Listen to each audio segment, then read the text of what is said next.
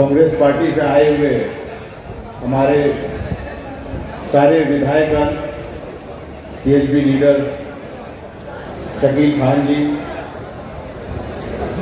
राष्ट्रीय जनता दल से आए हुए सारे विधायकगण, पूर्व विधायकगण, सुनील चाचा जी, लेफ्ट पार्टी से आए हुए सभी नेतागण, सतेंद्र यादव जी, वीआईपी पार्टी के मौजूद सभी नेता एवं कार्यकर्तागण, मंच पे मौजूद इंडिया अलायंस के सभी अभिभावक तुल्य नेतागण,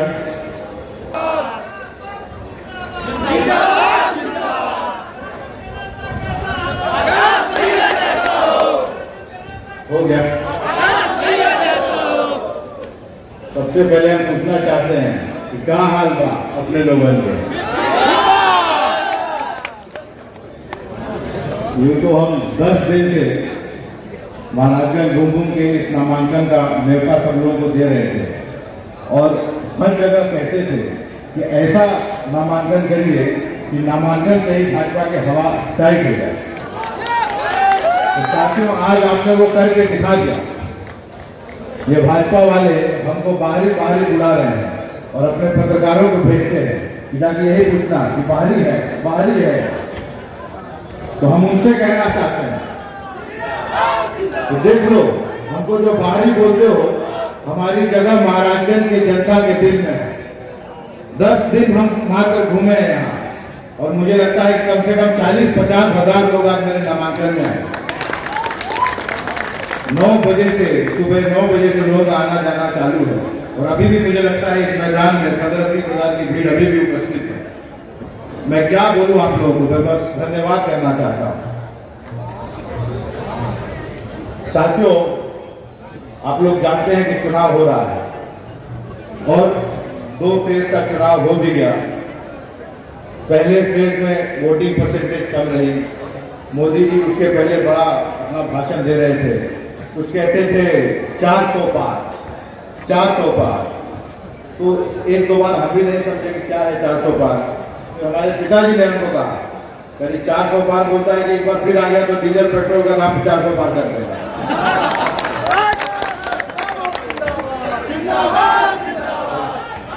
पहला दूसरा फेज तो हो गया, दोनों में पोलिंग प्रतिशत कम थी। तब इनका भाषण बदल गया, समझ गए कि हार रहे हैं और हराने में सबसे ज्यादा योगदान अगर किसी राज्य का है साथियों तो वो बिहार का है। बिहार से ही की हवा बदली हुई है और उसके बाद महाराष्ट्र का है और झारखंड का है और दिल्ली का है। सबसे ज्यादा कंट्रीब्यूशन आप लोगों का है। सामने सब लोग कहते हैं कि बिहार में किसी को राजनीति सिखाने की जरूरत नहीं है। बड़े से बड़े राजनेता से ज्यादा राजनीति गांव गांव में लोग समझते हैं और जानते हैं। ये जो चुनाव होता है ये किसी नेता और कार्यकर्ता का पर्व नहीं है साथियों। सब जगह हम बोलते आ रहे हैं इस बात को। ये पर्व होता है जनता जनार्दन का। चुनाव भी ऐसा समय है जब आपके सामने बड़ा से बड़ा विधायक, बड़ा से बड़ा सांसद, मेरे जैसा उम्मीदवार, मुख्यमंत्री, यहाँ तक कि मोदी जी जैसा घमंडी प्रधानमंत्री भी आपके सामने आपका आता है और झुकता है। और आप लोग का समय होता है मूल्यांकन करने का कि भाई वोट हम लोग क्यों दे रहे हैं, किस लिए दे रहे हैं। यहाँ मौजूद लोग समझते हैं सब हम लोग के समर्थक लोग हैं। तो आप लोग को हम कुछ समझाना चाहते हैं कि यहाँ से जब अपने गांव दुबई में आप लोग लौटे, ये चीजें लोगों को समझाएं। एक हम लोग का इंडिया अलायंस का कांग्रेस पार्टी का मैनिफेस्टो है और ऐसा मैनिफेस्टो है कि आज तक मुझे लगता है कि ऐसा क्रांतिकारी सबको साथ लेकर चलने वाला मैनिफेस्टो कभी आया नहीं होगा। क्या आप लोग जानते हैं कि हम लोगों की मैनिफेस्टो में है कि अगर इंडिया अलायंस की सरकार बनती है कांग्रेस पार्टी के नेतृत्व में तो हर एक गरीब परिवार को, राहुल गांधी जी कह रहे हैं, खड़गे साहब जी कह रहे हैं और इंडिया अलायंस के लीडर्स कह रहे हैं कि हर एक गरीब परिवार को अगर इंडिया अलायंस की सरकार बनती है 4 जून को तो 1 लाख रुपया साल में हर एक गरीब परिवार को सरकार देने का काम करेगी।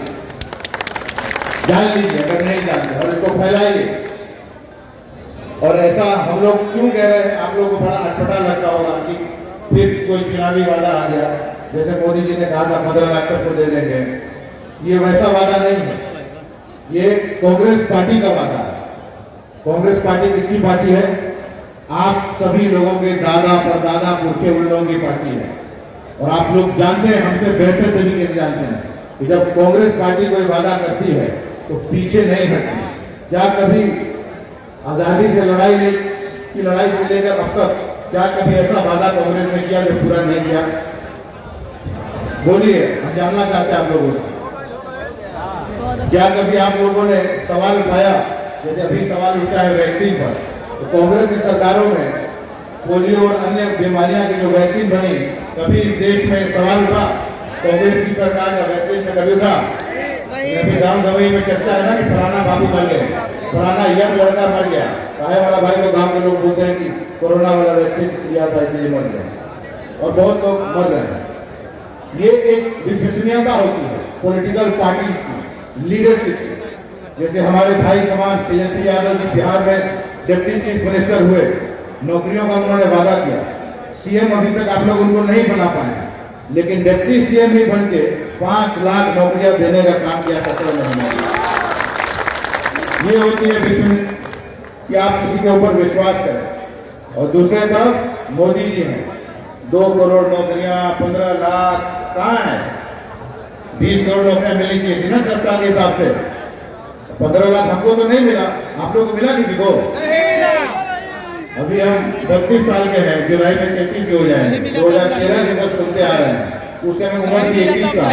बाबूजी पॉकेट मनी देते नहीं थे कि हम बिगड़े हुए थे, वही आप लोग कार्यकर्ता साथी ने हमको बचपन से बिगाड़ के रखा था।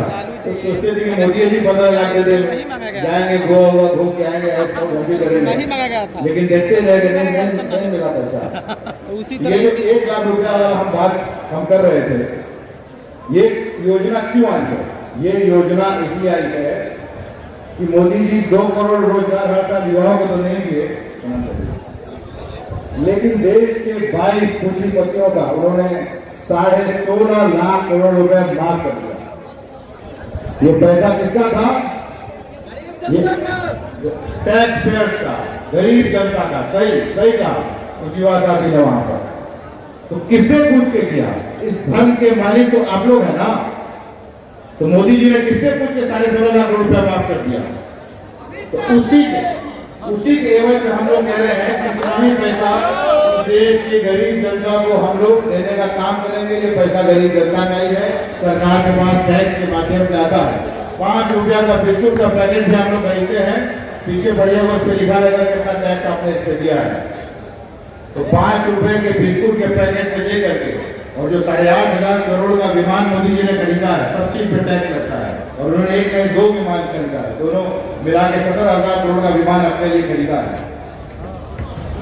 तो एक ये बात होगी हमारी मैनिफेस्टो की। दूसरा, जो बेरोजगारी है, जैसी बेरोजगारी युवा साथियों के बीच आज भारत देख रहा है, आजाद भारत के इतिहास में इस प्रकार की बेरोजगारी कभी हम लोगों ने नहीं देखी। तो हम लोग कह रहे हैं कि हर एक युवा साथी जो हमारा ग्रेजुएट है, यदि ग्रेजुएट है तो उसको हम लोग गारंटीड इंटर्नशिप प्रोग्राम में लगाने का काम करेंगे और साल में उसको 1 लाख रुपए कम से कम मिलने का काम है। तो नौकरी उसको की शुरुआत गारंटी के रूप में सरकार उसको देगी अगर ग्रेजुएट होल्डर है। बाकी जैसा काम करेगा उस हिसाब से अपना आगे बढ़ेगा जिंदगी में। जैसे बड़े लोग, बड़े घर के लड़के जब मैनेजमेंट वगैरह पढ़ाई कर रहे थे तो उनको इंटर्नशिप मिल जाती है, और गरीब घर के लड़कों को नहीं मिलती, वो थके खाते रह जाते हैं।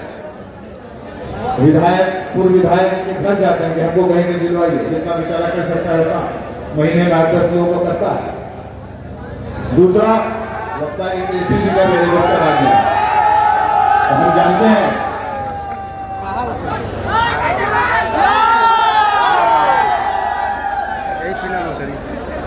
मैनिफेस्टो पर हम इंटर्नशिप युवाओं के लिए, किसानों के लिए, किसानों की आय मोदी ये सब ये कहते थे, और जब खुद सरकार में आए तो 16.5 लाख करोड़ रुपया माफ कर दिया, उससे 25 गुना ज्यादा।